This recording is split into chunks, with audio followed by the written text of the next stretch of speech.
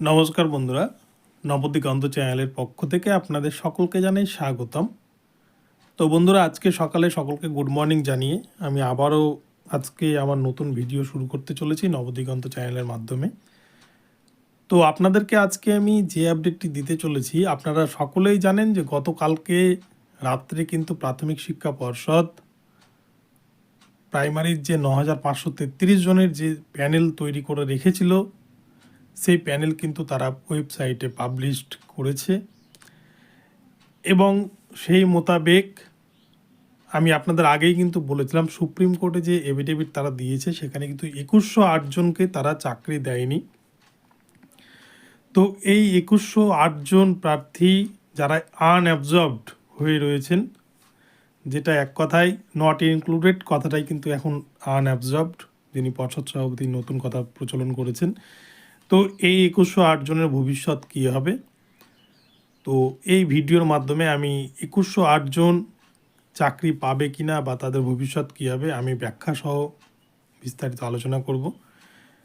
এবং এছাড়াও আরও একটি বিষয় বলি, ২০২২ প্রাইমারি টেটের জন্য কিন্তু নতুন নোটিফিকেশান আসছে খুব শীঘ্রই এবং একটা হিউজ পরিমাণ ভ্যাকান্সি নিয়ে কিন্তু ২০২২ রিক্রুটমেন্টের নোটিফিকেশান পাবলিশ হতে চলেছে। তো চলুন আজকে আমরা এই সম্পর্কে এই ভিডিওতে বিস্তারিত জেনে নিই। তবে তার আগে বলে রাখি, যারা প্রথমবার আমার চ্যানেল এসেছেন আপনারা অবশ্যই আমার চ্যানেলটিকে সাবস্ক্রাইব করে নেবেন এবং ভিডিওতে লাইক শেয়ার কমেন্ট করে দেবেন। তো চলুন এবার আমরা বিস্তারিত এই ভিডিওটি দেখে নিই। তো বন্ধুরা, গতকালকে রাত্রে প্রাথমিক শিক্ষা পর্ষদ অফিসিয়ালি যে প্যানেল প্রকাশ করেছে ১১,৭৫৮ ভ্যাকান্সির মধ্যে থেকে ৮,৯৫১ জনকে ইনক্লুডেড করা হয়েছে, অর্থাৎ অ্যাবজর্বড করা হয়েছে, অর্থাৎ ৮,৯৫১ জন চাকরি পাচ্ছেন কনফার্মই।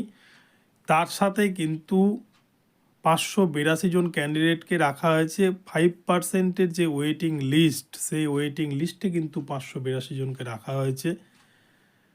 তবে এখান থেকে একটা জিনিস পরিষ্কার যে 80% রেগুলার ডিএলএড ক্যান্ডিডেট তারা কিন্তু এখানটায় চাকরি পেয়ে গেছেন বা পাচ্ছেন এবং প্রাথমিক শিক্ষা পর্ষদ খুব শীঘ্রই এদেরকে কিন্তু জয়েন করাবে, যদিও তার শর্ত সাপেক্ষে থাকবে, নিয়োগপত্রে লেখা থাকবে যে কোর্টের জাজমেন্টের ওপরে কিন্তু তাদের ভবিষ্যৎ নির্ভর করবে। তো যাই হোক, তো ৮,৯৫১ জন চাকরি পাচ্ছে, ৫৮২ জন ওয়েটিং লিস্টে থাকছে এবং পড়ে থাকছে ডিএলএড ক্যান্ডিডেট ইন্টারভিউ দিয়েছিলেন এমন ক্যান্ডিডেটের সংখ্যা কিন্তু ২১০৮ জন। তাহলে এই ২১০৮ জনের ভবিষ্যৎ কী হবে? ২১০৮ জন এবারে কিন্তু সকল ডিএলএড ক্যান্ডিডেটের সিংহভাগই চাকরি পেয়ে গেছেন, পড়ে রয়েছে মাত্র ২১০৮ জন ক্যান্ডিডেট। এই ২১০৮ জনের ভবিষ্যৎ কী হবে এখন এটাই কিন্তু বড় প্রশ্ন। তো আমি আপনাদের বলি বন্ধুরা, ৮,৯৫১ জনের যে প্যানেলটা তৈরি করা হয়েছে এখানে কিন্তু অনেক ক্যান্ডিডেটই থাকবে যারা নন জয়েনিং থাকবে বা এই সিটে জয়েন করবে না। অনেকেই কিন্তু অন্যান্য চাকরি বাকরি করে, তারা কিন্তু ইন্টারভিউ দেয় এমনি নিজের যোগ্যতা প্রমাণ করার জন্য, আবারও ইনক্লুডেড হয়েছে, কিন্তু এখানে হয়তো অনেকেই জয়েন করবে না। এবং যে সমস্ত সিটগুলো নন জয়েনিং থাকবে সেই নন জয়েনিং সিটে কিন্তু ক্যাটাগরি ওয়াইজ, মিডিয়াম ওয়াইজ, সেটা 5% যে ওয়েটিং লিস্ট তৈরি করা হয়েছে সেই ওয়েটিং লিস্ট থেকে কিন্তু ক্যাটাগরি মিডিয়াম ওয়াইজ সেই শূন্য পদে মেধা অনুযায়ী বা র্যাঙ্ক অনুযায়ী কিন্তু পরপর নিয়োগ করা হবে। এবং যদি এক্ষেত্রে দেখা যায় যে 5% ওয়েটিং লিস্টে যতজনকে রাখা হয়েছে ৫৮২ জনকে, এদেরকে জয়েন করানোর পরেও একটা বড় পরিমাণ ভ্যাকান্সি থেকে যাচ্ছে, বা যদি একটাও ভ্যাকান্সি ফাঁকা থাকে তাহলে কিন্তু সংবিধানের নিয়ম অনুযায়ী প্রাথমিক শিক্ষা পর্ষদকে আবারও সেকেন্ড লিস্ট বা প্যানেল প্রকাশ করতে হবে এবং সেই প্যানেলে র্যাঙ্ক অনুযায়ী যিনি সবার ওপরে থাকবেন, তবে সেখানে কিন্তু অবশ্যই ক্যাটাগরি, মিডিয়াম এই সমস্ত বিষয় কিন্তু লক্ষ্য রাখতে হবে।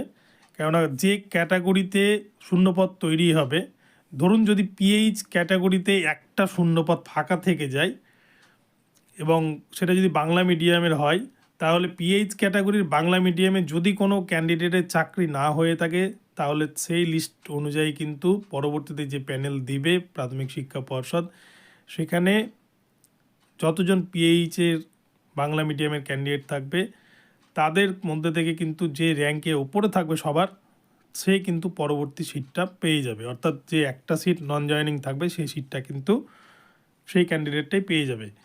তাই আশা করি আমি বোঝাতে পারলাম যে যদি শূন্যপদ ফাঁকা থেকে যায় ওয়েটিং লিস্ট থেকে নিয়োগ করার পরেও, তখন কিন্তু সেখানে আবারও একটি প্যানেল লিস্ট প্রকাশ করতে হয় প্রাথমিক শিক্ষা পর্ষদকে, এবং সেটা র্যাঙ্ক এবং মেধা অনুযায়ী কিন্তু প্রার্থীরা সেই শূন্যপদে তারা চান্স পাবে।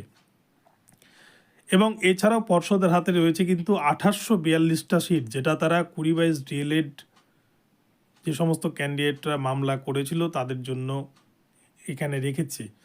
তো 2022 মামলায় কিন্তু প্রায় 2700 থেকে 2800 মতো ক্যান্ডিডেট, টোটাল পিটিশনার নন পিটিশনার সকলেই কিন্তু সুযোগ পাবে। তাদের ইন্টারভিউ 6 সপ্তাহের মধ্যে করিয়ে হলফনামা জমা দিতে বলেছে সুপ্রিম কোর্টে হিমা কোহলি ম্যাম। ফলে তাদের ইন্টারভিউ করানোর পর যতগুলো 2022 ডিএলএডের প্রত্যেকেই একটা করে সিট পেয়ে যাচ্ছে, 1:1 অনুপাতেই কিন্তু তাদের জন্য সিট রাখা হয়েছে।